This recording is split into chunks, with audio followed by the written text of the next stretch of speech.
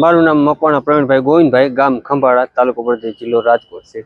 રજૂઆત કરવા માટે રજૂઆતમાં એવું છે કે આપણે પેલા મામલતદારમાં કેસ ચાલેલો હતો. અમે છેલ્લા 50 વર્ષથી અમે ખેડી ખાઈ છીએ, જેમાં જમીન અમે સરકારી ખરાબો 50 વર્ષથી ખેડી ખાતા હતા.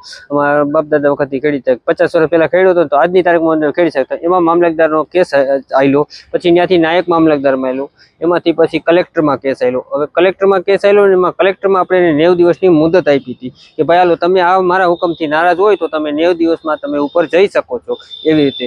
હવે એમાં એવું બન્યું કે અમે 90 દિવસની મુદત પહેલા જ મામલતદારે અમારા પાક ઉપર, મકાન ઉપર, ધારો કે 20-45 દિવસે મામલતદાર અમારા પાક ઉપર, મકાન ઉપર, બધા ઉપર, અમારા અનાજ કરિયાણું ઉપર ને બધા ઉપર બુલડોઝર ફેરી નાખ્યું. અને અમે એક જ ઘરના 22 જણા રહી છીએ, એક જ ફેમિલી છે અને એક જ મકાનમાં રહી છીએ.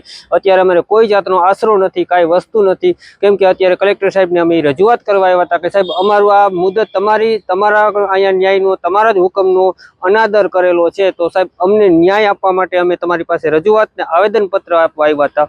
ક્યોંકि એમાં એવું છે કે અમારો જે 22 જણાનું પરિવાર છે ને એની ઉપર જ ગુજરાન હતું. કેમ કે અમે મજૂરી કરી છે, અમારી પાસે બીજો કાંઈ વિકલ્પ નથી. કેમ કે ખાવા પીવાની બધી વસ્તુની ઈ જ છે. અને અમારો ન્યાય માટે અમે અપીલ માટે જવાના હતા. કેમ કે સાહેબનો મર્યાદિત 90 દિવસની મુદત હતી. મુદત પહેલા અમને સર્વે નંબર 328 નો ખરાબાનો સર્વે નંબર છે. અને કલેક્ટર સાહેબને આ રજૂઆત કરી તો કલેક્ટર સાહેબે એમ પણ કીધું ચાલો કાંઈ વાંધો નહીં.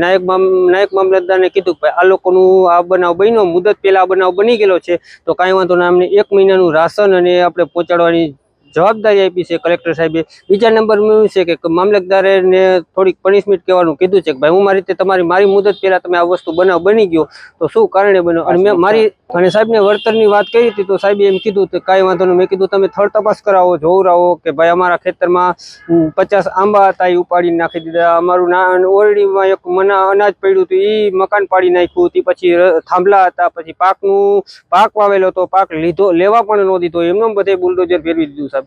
અંદાજે અમે 2-2.5 લાખની આસપાસ થઈ ગયો છે.